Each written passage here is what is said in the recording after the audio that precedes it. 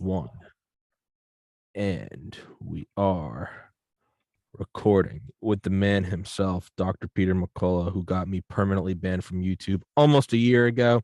Episode 861, Thursday, July 14th, 2022 at 10:09 a.m. Eastern Time. Dr. McCullough, author of The Courage to Face COVID-19. He beat me to it with the book over his shoulder. Check out the interview I did with him and the author, John Leake. It's an awesome book. It's terrifying, if it's terrifyingly awesome. But Dr. McCullough, let's just jump right on into it. What are your updates? What is BA.5? Should we be terrified, and should we crawl into a hole and lock down the globe again? Yeah, why don't we start with a clinical update? So the clinical update is that the virus continues to mutate. We're still in the Omicron family, and the Omicron was the highly mutated form. Remember, from wild type to alpha, beta, gamma, delta, there was a few mutations. I mean, delta was big news because it was 7 mutations. Here, we have dozens and dozens of mutations. And so it allows for subvariants, and the subvariants that are most successful in finding new, hosts will dominate. And right now we're in the BA.5 subvariant, in a sense, secondary Omicron wave. It's largely the vaccinated, either partially vaccinated or fully vaccinated, who are contracting it. There are a few unvaccinated people left who are still susceptible, but they're few and far between. Our CDC has said 82% of Americans have taken one of these products. I mean, that means only 18% are untouched. And of those 18, many have already had the illness once or twice. So they're just not of any significance. We heard a video yesterday that Tedros at the WHO said he wanted to basically find, they need to go out and find the unvaccinated. It's not that many people to find.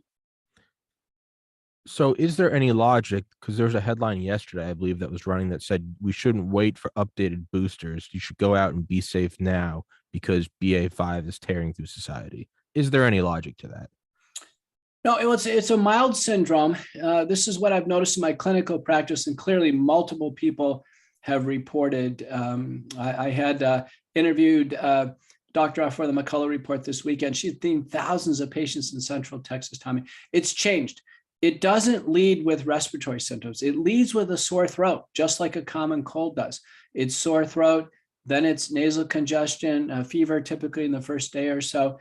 It's a mild syndrome for whether or not someone has taken a vaccine or if they're unvaccinated. It's a mild syndrome. It tends to be particularly mild if someone has had one of the prior versions. All the way through Delta. It's characteristically mild. And there's a paper from Qatar. Their first author is Kemotelli. And Kemotelli showed that there's over 90% protection against any risk of hospitalization and death if one has had a prior version of the virus. So we can really be assured. And I can tell you, a young person your age, you've already had it. I've already had it.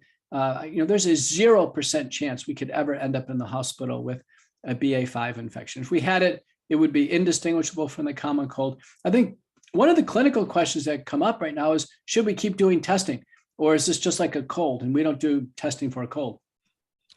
Do you think that is the, I mean, I walked by, I was in Walmart yesterday and there's an entire wall of COVID-19 tests and people are lining up to grab them, but completely asymptomatic people. It's the middle of July. They're all fine.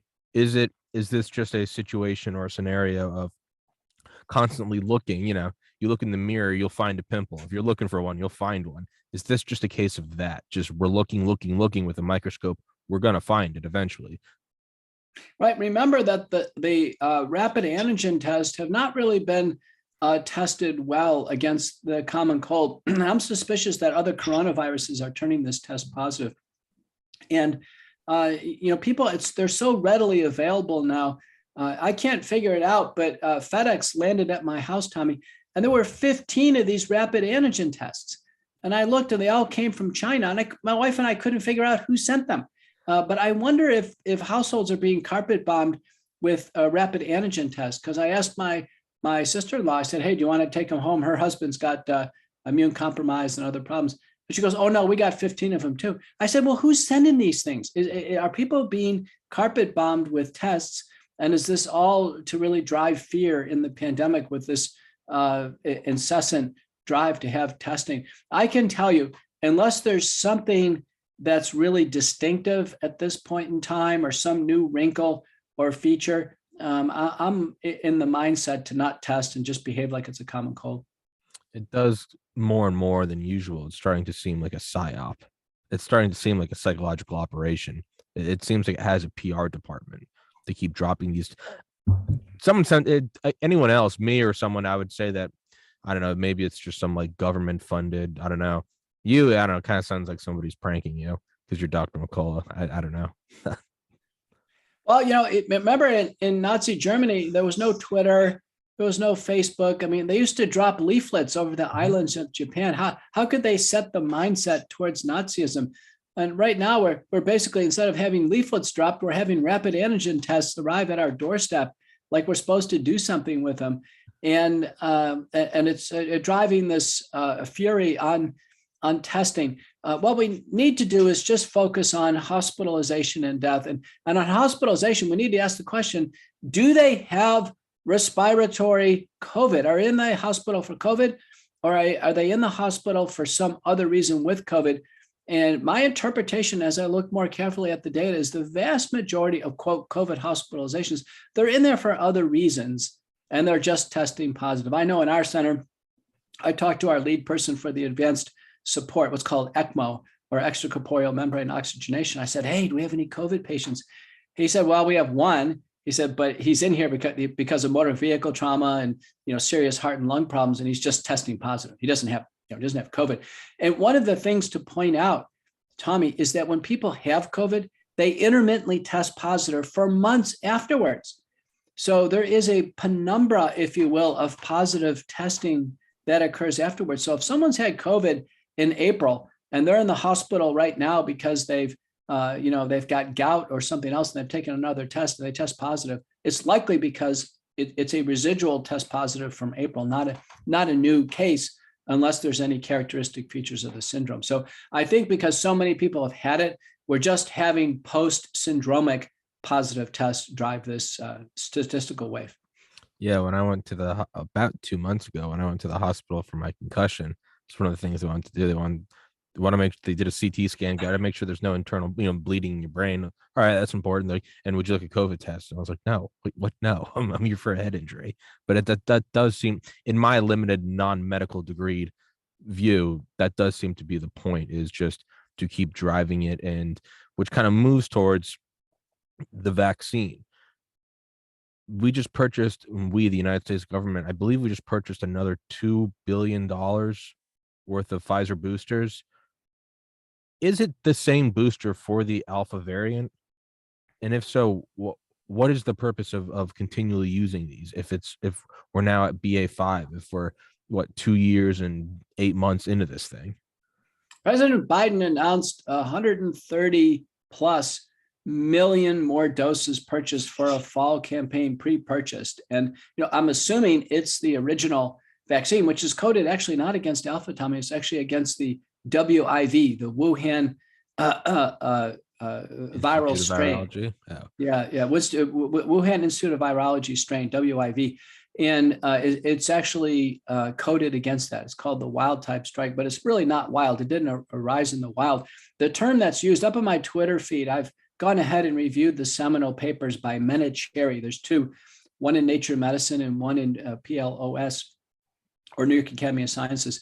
But it's basically how the virus was made. And they described how they took the backbone, the benign backbone, and then loaded the code for the lethal spike protein, how they engineered mice to have human ACE2 receptors in order to make sure that they could damage the lungs in the mice. It's all there. It's on my Twitter feed. These papers are all there. And I think the best overall reference is Peter Breggin, COVID-19 and the Global Predators, We Are the Prey. There's 1,100 citations.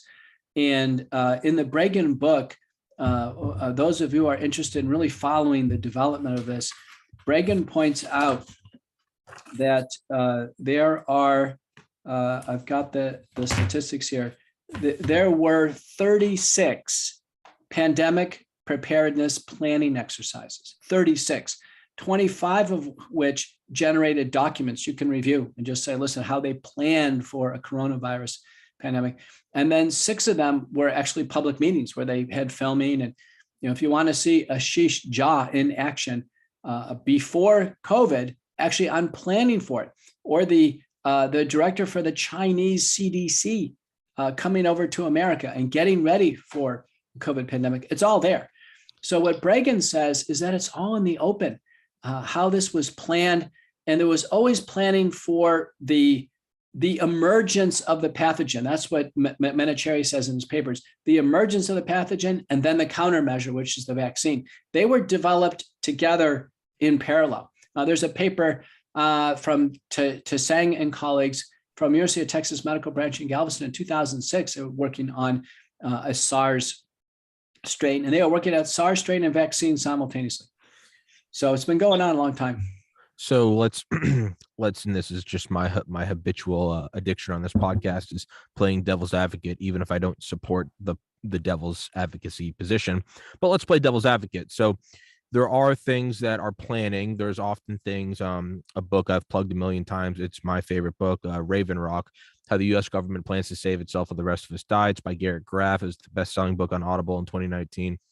It's all about continuity of government from FDR through, I think it was written during Obama or maybe Trump. And it's all about the nuclear bunkers, the big ones you've heard of, NORAD, Mount Weather, Raven Rock, Greenbrier Hotel, all that good stuff. We have thousands of documents that are all for specific things. I mean, all the way back to Eisenhower, they would do these drills called like Applejack and Opal, where they would say, all right, nuclear attack today on the White House, we're whisking you to this location. And then he'd have his right-hand guy and they'd open up a suitcase and here are the documents. This is what we would do. We would seize this. We would shut down these highways. Defense Authorization Act would take over this. We would now be. So in many senses, I mean, pre 9/11, the Patriot Act was sitting on the shelf. There are two ways to look at it. And is this there and we were waiting for it to happen? Or just, we're being prepared, right? I have a backup internet connection. I record the podcast on 2 things. I have it on multiple hard drives. I'm prepared for it to all go down. Or, and this is where I tend to lean towards and agreeing with you, was it intentional? And we're setting this whole thing up, and is it not a coincidence, but rather, hey, I also own a hard drive company. So if your hard drives go down, wink, wink, you're going to need these. Do you think it's more that okay, where it was planned? I see where you're going with this. I do think it is about preparedness, Sure. to be honest. And so we've had preparedness programs. We have a very extensive smallpox preparedness program. And since smallpox covers monkeypox, this has been going on for a long time. Development of the Jynneos vaccine, that Nordic Bavarian vaccine, double-stranded vaccine, that's been preparedness in case there's a smallpox outbreak or bioterrorism. TPOX or tecovirimat, that's actually to protect us against smallpox. We've actually, in 2003, using an earlier version of a smallpox vaccine, we actually tried to vaccinate 250,000 service members. That was published in JAMA. Some of them developed myocarditis, by the way, Tommy. So this is well documented. The CDC has a monkeypox response team, a very large number of people. They've been working on this. There have been planning meetings for monkeypox. Clearly, coronavirus, as Bregan points out, there was tremendous planning for this. And you could say, in the fairest sense, the creation of SARS-CoV-2 was to get us prepared to do something about it in case it did come out of a lab or was used for nefarious intent. So, I'm okay with all of that preparedness. What I'm not okay is what you were getting to at the very end of your setup on the question, and is actually CEPI, the Coalition for Epidemic Preparedness Evaluation Intervention, CEPI. In CEPI, what CEPI said is it's a business, that this is a business model. There will be pandemics. We're going to be in the business of organizing the rapid development of vaccines. So it's World Economic Forum, Gates Foundation, Wellcome Trust, the government of India, the government of Norway, many other stakeholders came in, multi-billion dollar budget. CEPI has connections to all kinds of development funds And so as long as an emergency is declared, literally at that time, treasuries can be drained, and they are drained. So in the United States, we've literally had this drain on the US treasuries, 10% of GDP just injected in on COVID testing and relief money, countermeasure monies, vaccines. There's no end to it. It's just Biden administration or Trump administration announces something and massive amounts of money are spent with no reconciliation, no budgeting. No, you don't hear about the Office of Budget Reconciliation now. There's just nothing. It's wide open because it's an emergency. Biden administration is expected, I think, today or tomorrow to extend the emergency, and they will now that we're in this BA.5 next wave, which is another bona fide wave. So we are in a situation where clearly Reagan is correct. There are predators, and they are capitalizing on it financially. And there's others that are just hemorrhaging in terms of their suffrage. Now, to play devil's advocate on my devil's advocate, I will now go against my earlier point. All of those things I talked about are all highly, highly classified. You can read the ones under Eisenhower. The ones under JFK, most of them are still classified. That's how secretive there are. There's 3 layers: continuity of government, under that it's continuity of operations, and beneath that is enduring constitutional freedom. Or excuse me, enduring constitutional government. These are things where, again, the Eisenhower, they set up czars where you would take control of the car manufacturing business because we would use that for war production. You would take control of this. It was all highly classified, still is classified, and there was no money being made. It was returning the entire nation into this wartime machine. The difference with this is, not only is it not classified, it's right out there. Like you said, you can go out and see, you know, during the next pandemic or when this happens, when there is a COVID outbreak and they're running these, the SPARs, they know it's coming. And then the other thing is with all these sweeping acts that you could sign during a nuclear war or a biological war, again, it was government seizing these businesses to produce what they needed. There was no profit margin. There was nothing. This is where I'm going against my earlier statement, because it's not private. There's tons of money to be made. And the things under Eisenhower and JFK are still in place. These popped up 2 years later. It's been, 77 years since we dropped an A-bomb, and we still haven't gone into all of those measures. That is what makes the hair on my neck stand up, because you see them going, when there is a coronavirus pandemic, and then all of a sudden there's a coronavirus pandemic and we got to have an EUA for this. Oh, by the way, there's a massive profit margin. What are we not going to use? Ivermectin, vitamin D, that whole rabbit hole that got me permanently banned from YouTube, thanks to Dr. McCullough. That is what I'm looking at this as. And that's, again, not to shamelessly plug your book, but the biopharmaceutical complex. That's what it is it's a complex.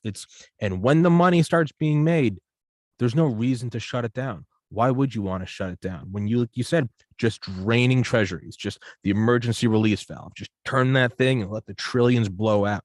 That's what's happening. They have incentive to not only not stop, but to keep it going and go to so far as creating new variants.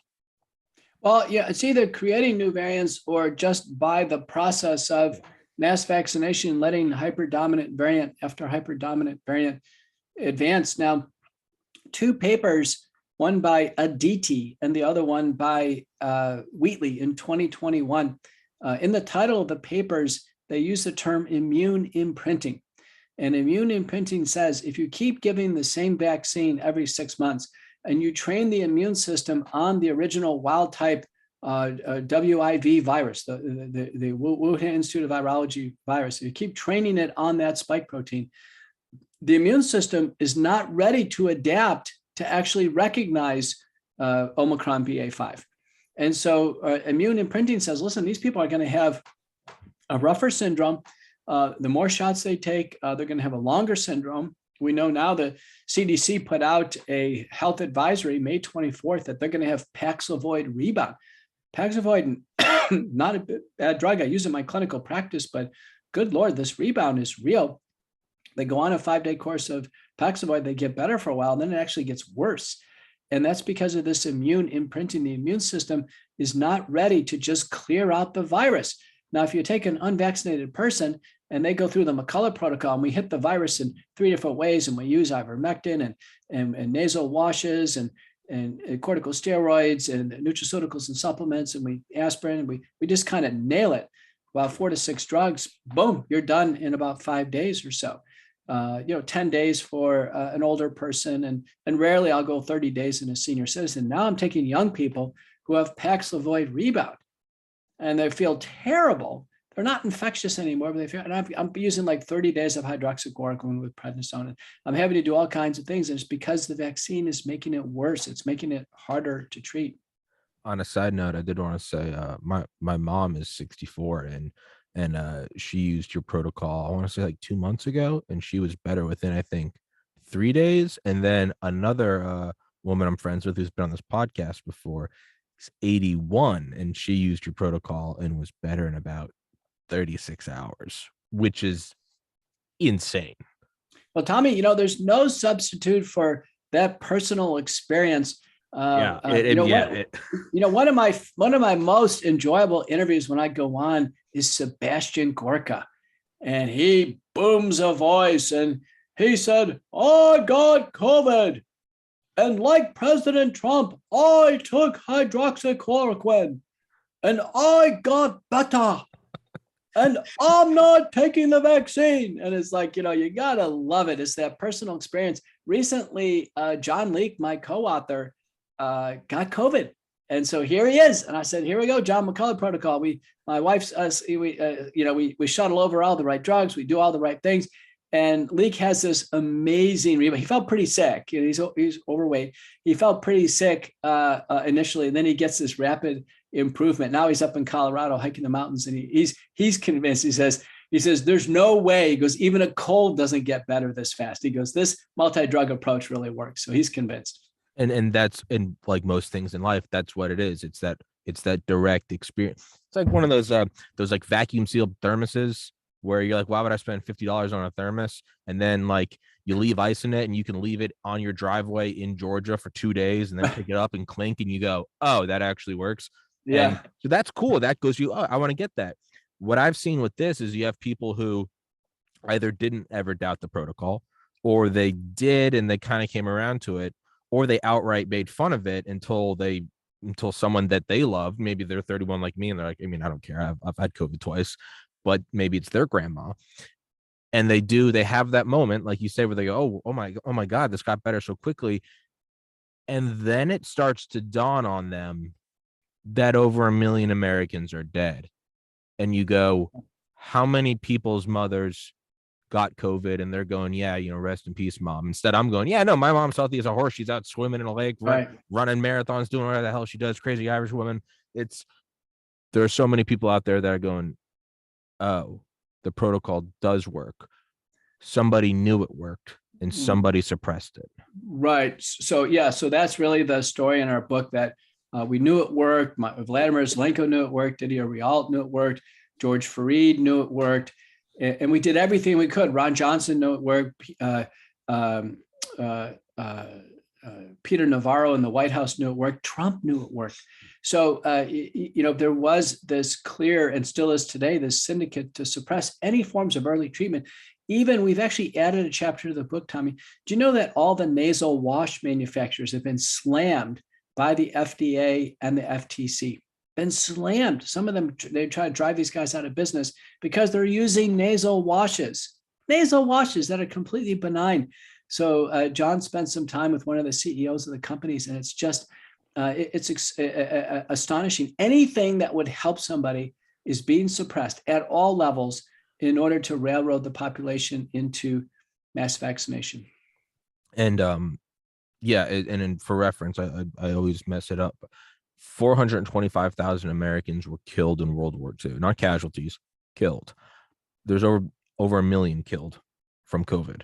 And okay, yeah. So I wanted to pick up on this. So what did you say? 425 in 425,000 in World War II. In World War II, 58,000 in Vietnam. This kind of gives people some point of reference.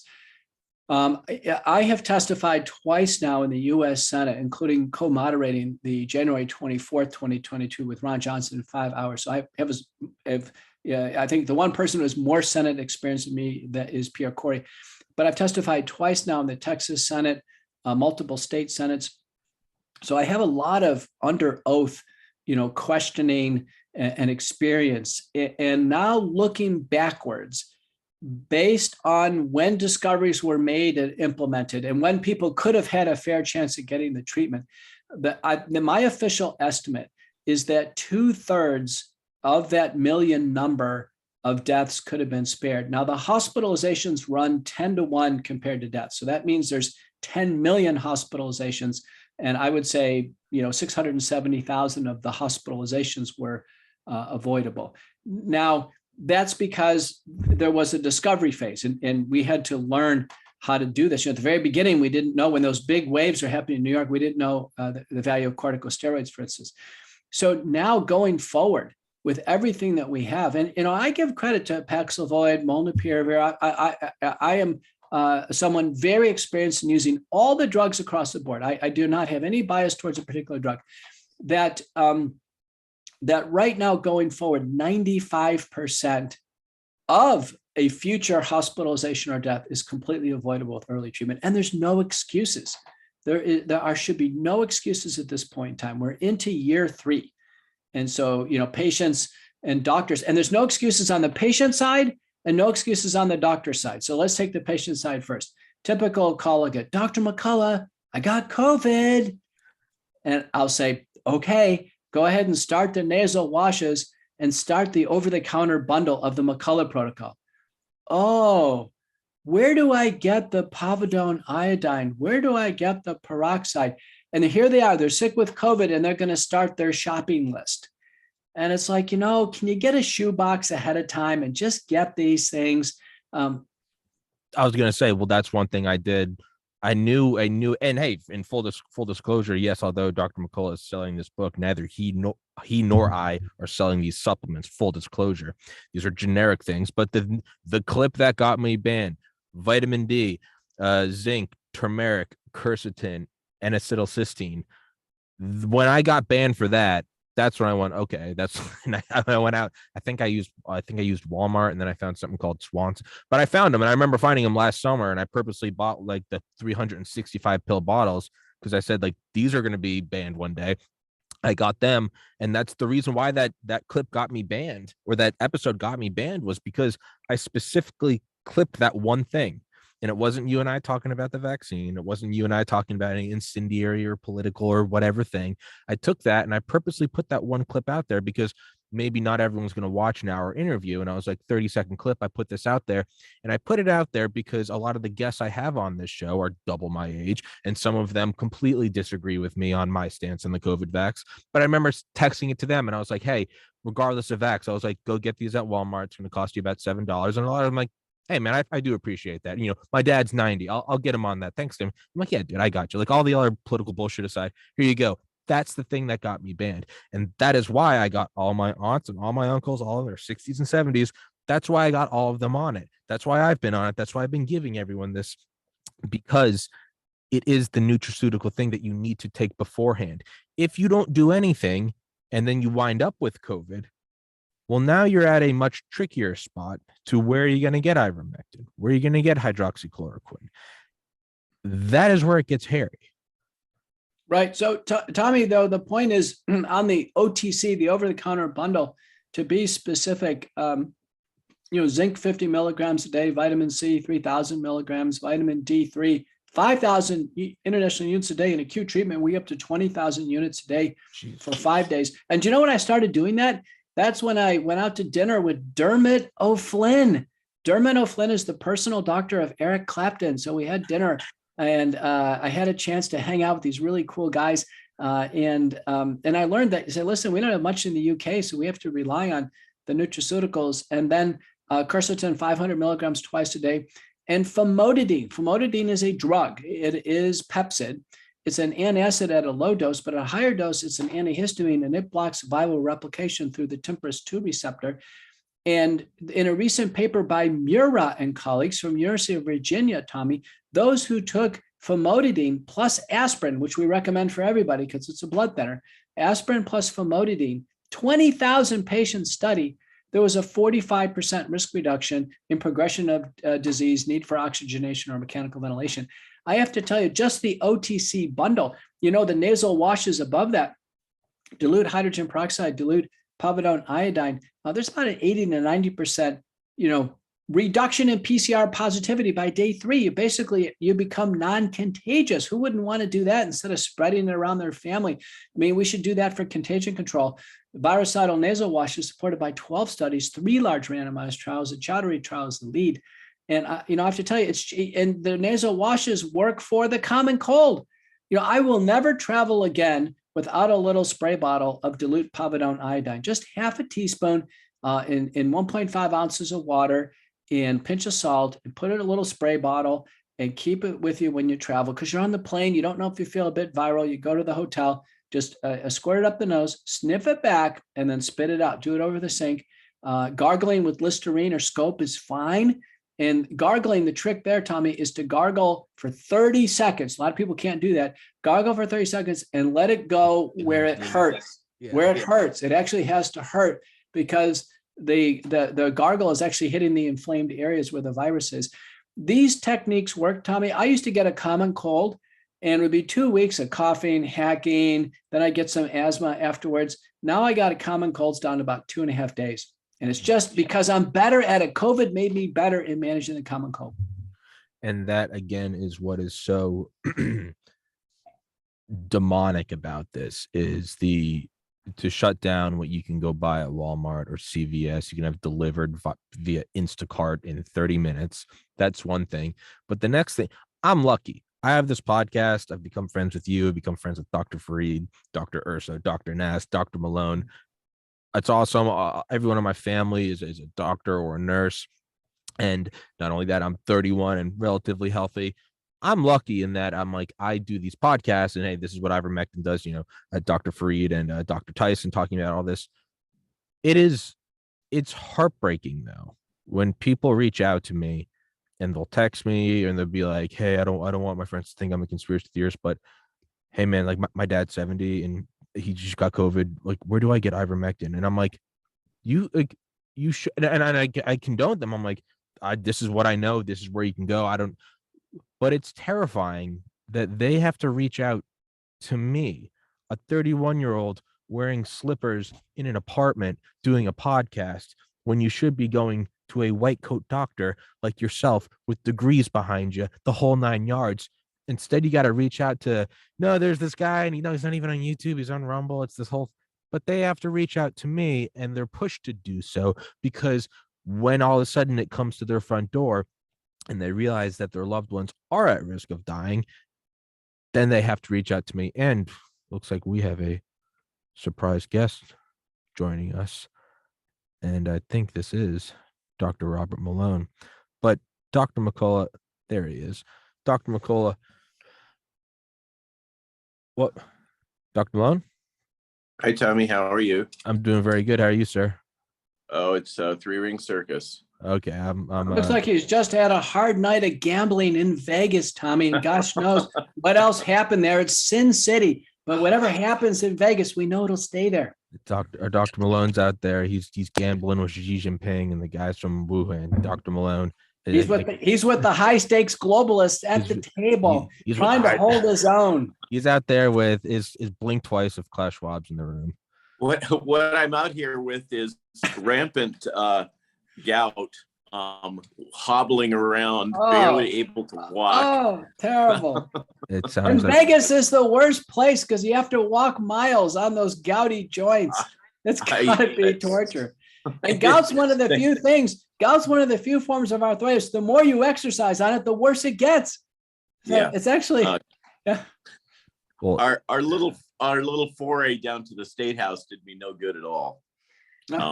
So, and then as if that wasn't good enough, the schlep on the plane out here to Vegas, and then wandering around that massive airport in Vegas trying to find my ride. In any case, I'm whining.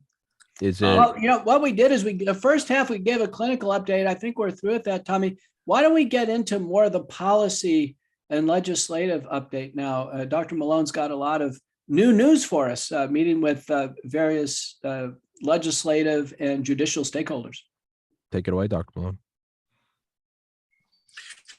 Well, so yeah, there seems to be a lot of things that are all coming to fore all at once.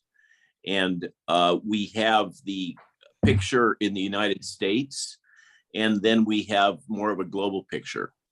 And of course, you're aware of the various pronouncements coming out of Health and Human Service in the United States regarding the BA, let's call it simply BA.5 or Ninja Omicron variant, which they're using to justify. By the way, BA.4, which was supposed to be one of the antigens in the trivalent that they've already purchased for $3.2 billion, even though they haven't made it and they're not going to clinically test it.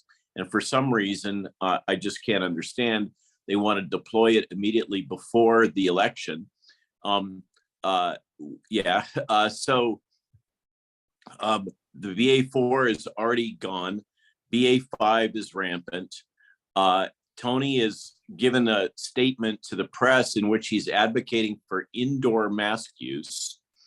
And there is the usual fear porn getting spun up now about this new variant, which is essentially a cold, except, as you may have already covered, for those that are highly jabbed, the highly vaccinated seem to be the ones globally that are getting the severe disease and are contributing vastly to the mortality from the BA.5. So this is a disease of the highly vaccinated increasingly.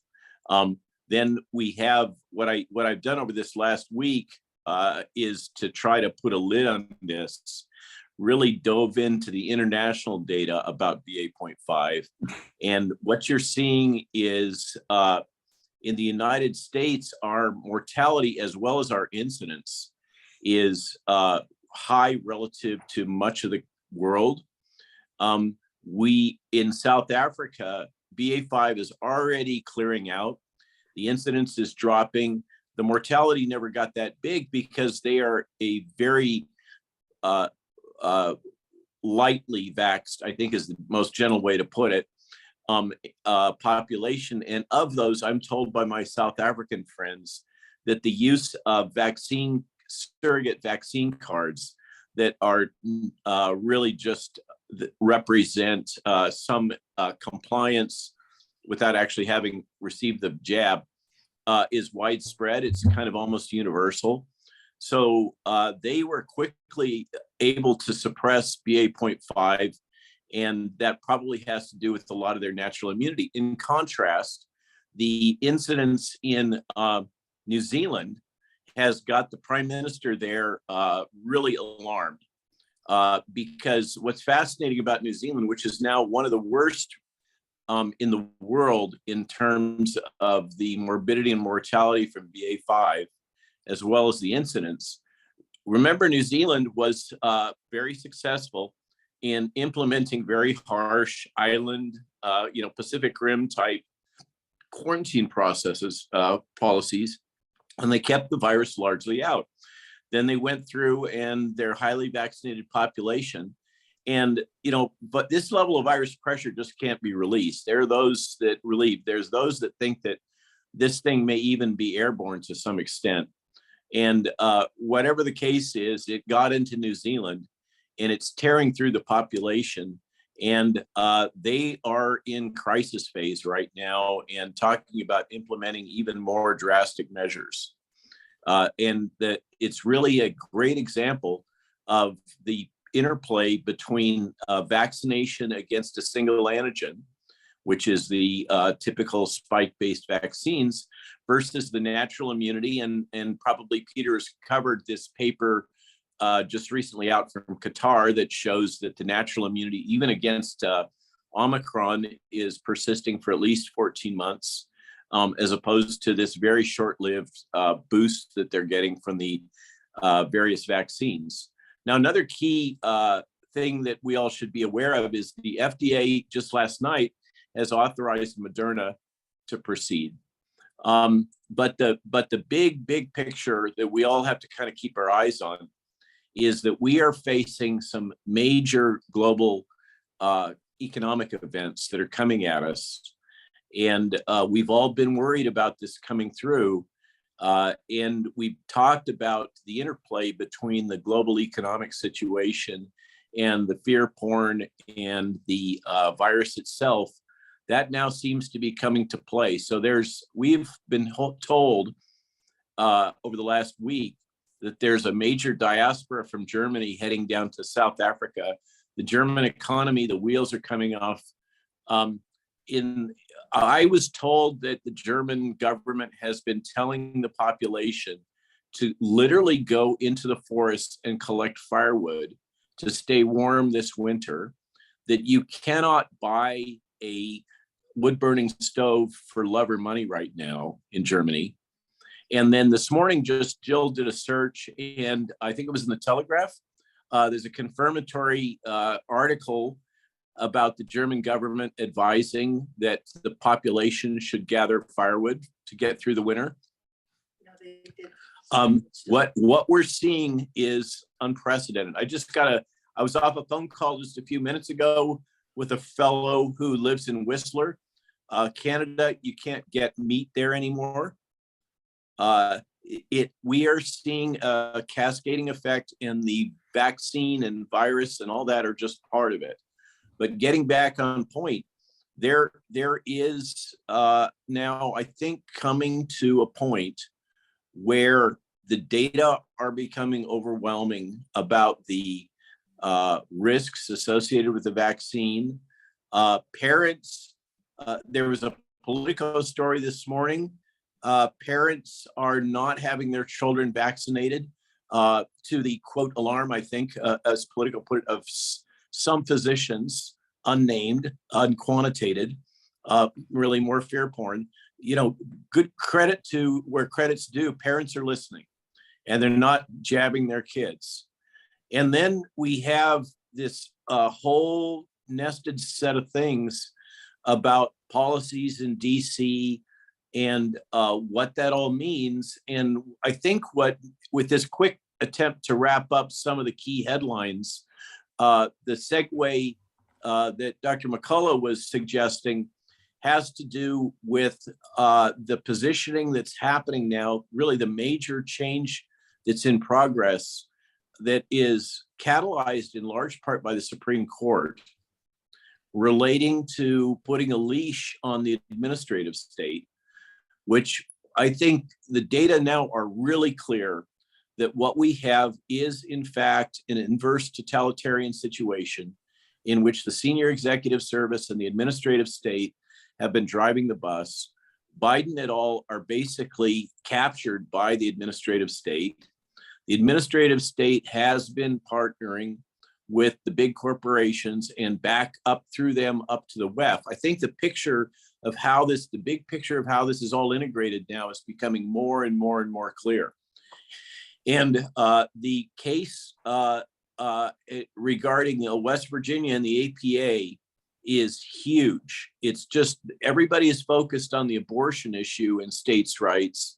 That is just one salvo in a series that are coming down from the Supreme Court that are aimed at corralling the power of the administrative state. And it's what I've been outlining is the legal basis underpinning this. It's a strange situation. I find myself in my little window in Virginia, surrounded by some major conservative powerhouse thinkers that I'm not going to name, but lawyers, etc. And we've kind of been hanging out over the weekends, including on the 4th, which is, I guess, part of why I got gout. We'll leave that dog asleep. But Kavanaugh, and so the court appointments that were put through under Trump, including at the Supreme and at the upper level district courts, that was intentionally designed to pull in people with some of the top expertise in administrative law. Everybody was just focused on the abortion issue, but it was really about administrative law and states' rights and bringing the administrative state to heel. And I think we're seeing some progress. I think that we have a light at the end of the tunnel. And it's going to be a hard fight, though. I mean, you're seeing I don't know if you saw, Tommy, this is just a great example of the hardball they're playing. Not only did they put my friend Peter Navarro in leg shackles when he flew into Reagan, ostensibly about January 6th, which he had nothing to do with, but then they swatted Steve Bannon. Now, a lot of your readership or listenership may not know what swatting is, but you probably do. Yeah, for anybody listening, it's basically a false attempt to. Some people call it a prank. I think it's much more you try to make it look like an accidental state-sanctioned murder, where somebody calls in and goes, Tommy Carrigan has a bomb in his house and he's holding a little girl hostage. So a SWAT team comes and kicks down my door. I don't know they're coming, so I open the door and I'm holding a milkshake and I'm like, "How you doing?" And they put two between my eyes. So in the case of Steve, the call was put in that there was an active shooter in his house.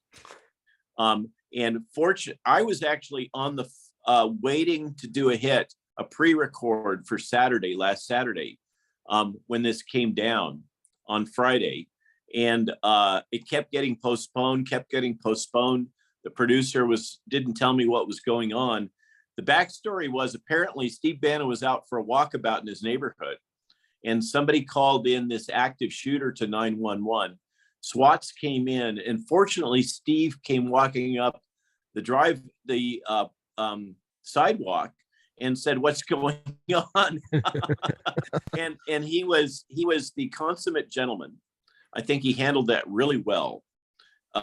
And all's well that ends well, sort of. But the SWAT team was all over in his flat, his 3-4 floor flat. And now we have CNN is about to roll out a major hit job on him. This is the administrative state fighting back. That's what we're dealing with. It absolutely is. Tommy, I wanted to chime in. Internationally, there's been a few more signs of cracks in the wall. Ontario Health Minister Kiernan Moore yesterday was on tape, a small press briefing, saying that parents should weigh out the risks and benefits of myocarditis or childhood vaccination. That caught everybody. That was a bunch of people sent that to me.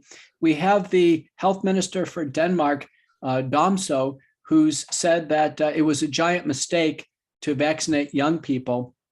We've had the abrupt resignation of Boris Johnson, with over 90% of hospitalized and those who have died, sadly, with COVID, fully vaccinated. There's been announcements out of Thailand, incredible instability in Sri Lanka. So we're having a mixture of destabilizing events and then evidence of cracks in the wall, and then some more police state terror coming down. And there isn't a more active time in the news cycle. I think, Bolsonaro came on Tucker Carlson and said, "Listen, I didn't take the vaccine, and here's the reason why." We're starting to see this happen. The media is aligning. Today, I was on Emerald Robinson, and she wanted to, actually, Dr. Malone, she wanted to know about our lawsuit against Twitter. And she goes, "The reason why I want to know is that I've been banned from Twitter, and other media people have, and patients." And I said, "Yeah, our lawsuit and Alex Berenson's lawsuit and these things that are happening, they are, in a sense, bellwethers for all these other little people out there who have been now under this grip of totalitarianism in the United States." Yeah. Oh, Peter, one other thing that you and I both missed mentioning is the shout out to the French Parliament. In a fascinating move, there was a coalition of left and right that came together to vote against the vaccine passports that Macron had tried to put forward. And then if I can, just one small personal thing, you and your viewers may recall that I've had 2 years now of press attacks saying that I didn't invent the mRNA vaccines.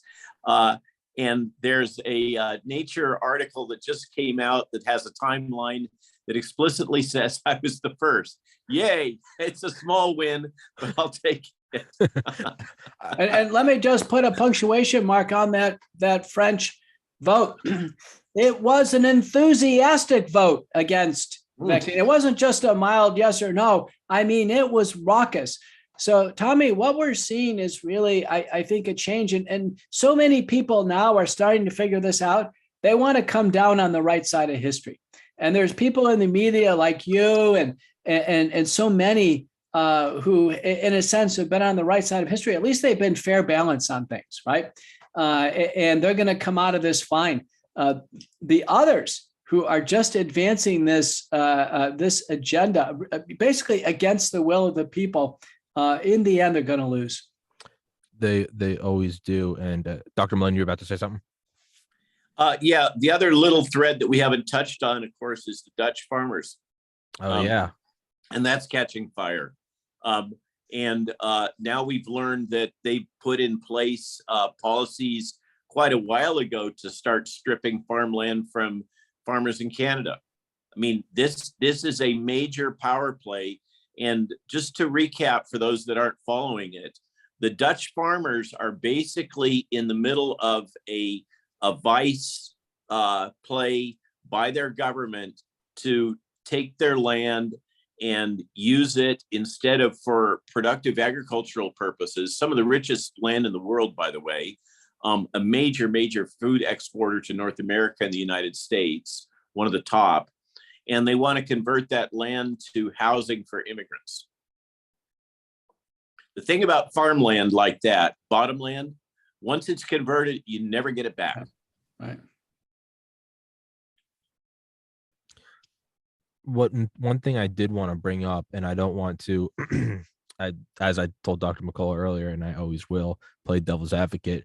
There is one idea that I saw a while ago, and it is kind of a creeping feeling in the back of my mind, and it's called the rug pull theory.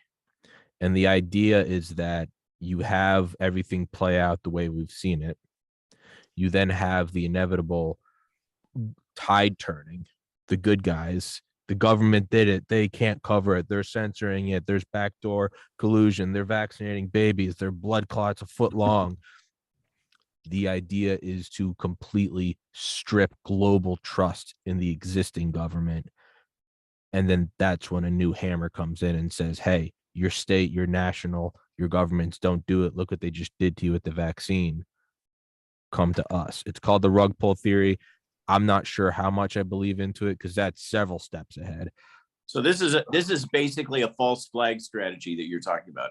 Yes, and it's one thing that I love conspiracies. I love wild thinking. This is one thing I'm not entirely in on because for France, for example, it doesn't work out because that's the government correcting itself. It's supposed to be your grandparent. It's your grandparents telling your mom and dad to punish you, and then when you get punished, they come to the kids and they go, "See, mom and dad suck. Why don't you come live with me?" That's kind of the idea, but it doesn't really make sense because you do have some governments correcting itself, as we're seeing with SCOTUS domestically. So, but just for everyone out there, it's more of a don't take your foot off the pedal. Don't stop just yet because these are slimy, shadowy people, and I would rather be wrong and go, "Oh no, we won," than to start to get fat and happy and content.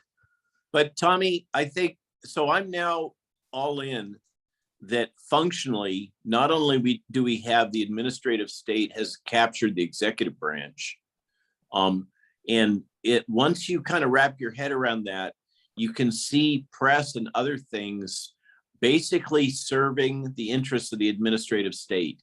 That's the master dog here. That's the mastiff.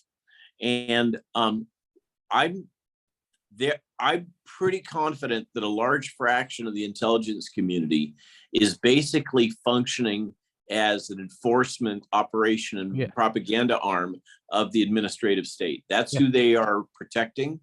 And you can see it in how the press reacts to stories. You can see them by their shadows. You can see them by this characteristic that whenever you get close to something that really matters to them, then they react disproportionately. I have a friend that calls it the electric fence around truth. And if you touch it, you get shocked, right?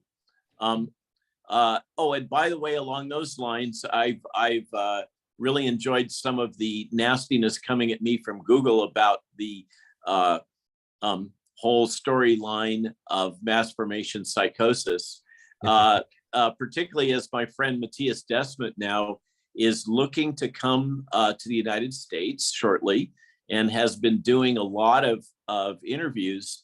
And so we need to get you and Matthias hooked up, just like you have here with Peter. That would be amazing. That would be absolutely amazing. Just like there's been contributions on the clinical therapeutic side, clearly in understanding the vaccines, there's been contributions on the population sociology, psychology side. I think he's contributed greatly. Mark McDonald has a book out, The United States of Fear. Desmond's book, Psychology of Totalitarianism, is excellent. I just read the English version of it. We can't wait to read Dr. Malone's book. All the books play a role. They're so complementary. None of them are duplicative at all, and they really are helping people understand things in a framework. Some of them need to be read a couple times because there are so many references. As I mentioned earlier, I read the Bregan book now, I think for the third or fourth time. I wrote the introduction for it, but wow, 36 pandemic planning events ahead of time for coronavirus pandemic. 25 of them generated documents. 6 of them were in-person, televised, filmed meetings. To see all this laid out.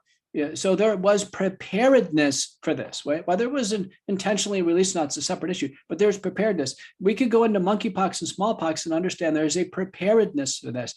Tommy, you pointed out there's preparedness for everything. There's preparedness for aspergillus spores, for instance. I chaired a day safety monitoring board one time for a biologic that was going to protect us against a nuclear holocaust. So I know that our government has preparedness activities going on. But when we have something come to fruition, like SARS-CoV-2 coronavirus COVID epidemic, the questions do arise in the preparedness. How prescient is this? And the collaborations do have to be questioned, including this one, which is deeply seated in communist China. It absolutely is. And for anyone that says that's too wild and that's too conspiratorial, anyone watching this podcast was probably also alive watching us justify the invasion of Iraq for WMDs. It's right there in the rearview mirror. It's right there that they will lie to your face. Russiagate is what? It's been about a year since everyone realized it was totally fabricated. It's happened right here. I mean, in Iraq wars, that's no light thing to lie about. That's $5 trillion. That's 7,500 U.S. servicemen and women, and 1.5 million civilians. They did that. Are you really doubting that they might release a virus? Dr. Malone, I cut you off. No, you didn't. Oh. So I agree. We have to come to terms with the fact that we have created a monster, a biodefense industry that is now another major arm of the medical, pharmaceutical industrial complex with tight ties to the intelligence community. I don't know, Tommy, if you saw that piece that I put out about ARPA-C, funded to $5 billion, which is clearly a socket that's been built between the IC and the NIH. Why does HHS need to have its own $5 billion new institute at NIH for basically doing biometrics and other things like that? That's not about health. You have to come to terms with the data. And I'm going to tell you, Tommy, on this pod, I haven't spoken about it publicly. Jill and I have been really troubled by what we've been reading and learning about Mr. Biden. And it's like nobody wants to touch that. It's a third rail. They don't want to address what does it mean with the Hunter laptop and the cell phone and all of this other information and the diary from his daughter and all of that stuff. And Jill and I were really wrestling with what do we say about this? Because if you look at it just as a scientist, trying to make sense out of the data, you have to say there are all kinds of pointers here that this gentleman is compromised. Absolutely. And then Tucker Carlson, bless his heart, this last week came out with a half hour of just laying it down. Anybody that has not seen that clip, they need to, because Tucker just blows it wide open. I'm now on board.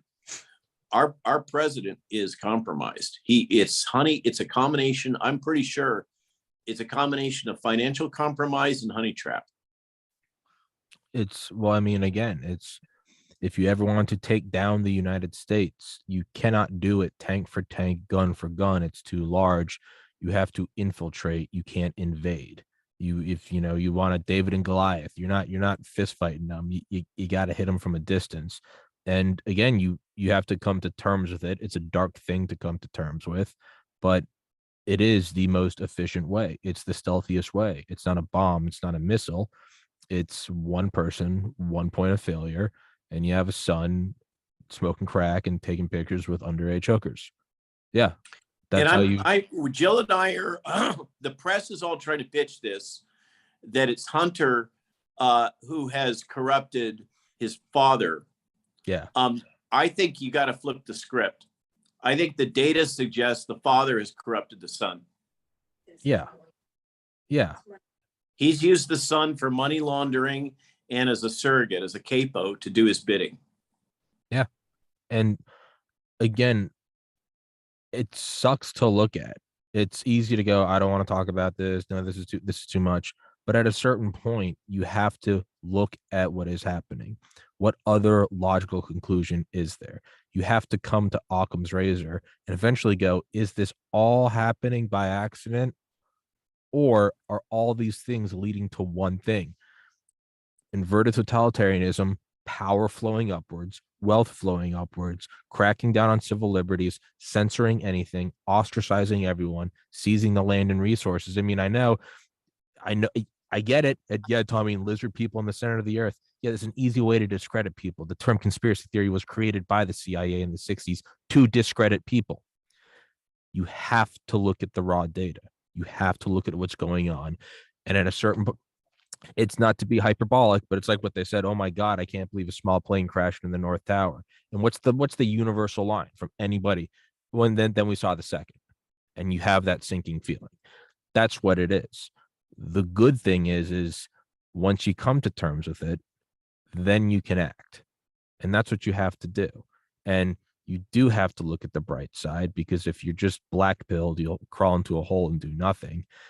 But you also have to realize what it is you're against. You can't put your head in the sand. You can't do isolationism. I don't want to look at Hitler. I don't want to look at Imperial Japanese. Then Pearl Harbor, and it's at your door. At a certain point, you have to look at what's going on. At a certain point, you have to look in the mirror and go, yeah, man, I've got a real gut going on. It sucks. You got to hit the treadmill. But once you do, you can start making progress. And that's my little motivational speech. Tommy, we're gonna have to leave it there. I'm gonna have to sign off. But that was a great ending. I thought you summarized a lot. Dr. Malone, such an honor to be on with you. Thanks, Peter. Thank you. I'm gonna head out too. I gotta be on stage in a few. So thank you, Tommy. Okay. Tommy, make this the picture, the front, the book. For everybody listening, the Courage to Face COVID-19 by Dr. Peter McCullough, and Lies My Government Told Me, and The Better Future Coming by Dr. Robert Malone, coming, Google says, September 27th, 2022. But I also realize Google hates you, so I have no idea if that's accurate. Okay, gotta go. Thank you so much. God bless you both. God bless America. Stay safe, everybody.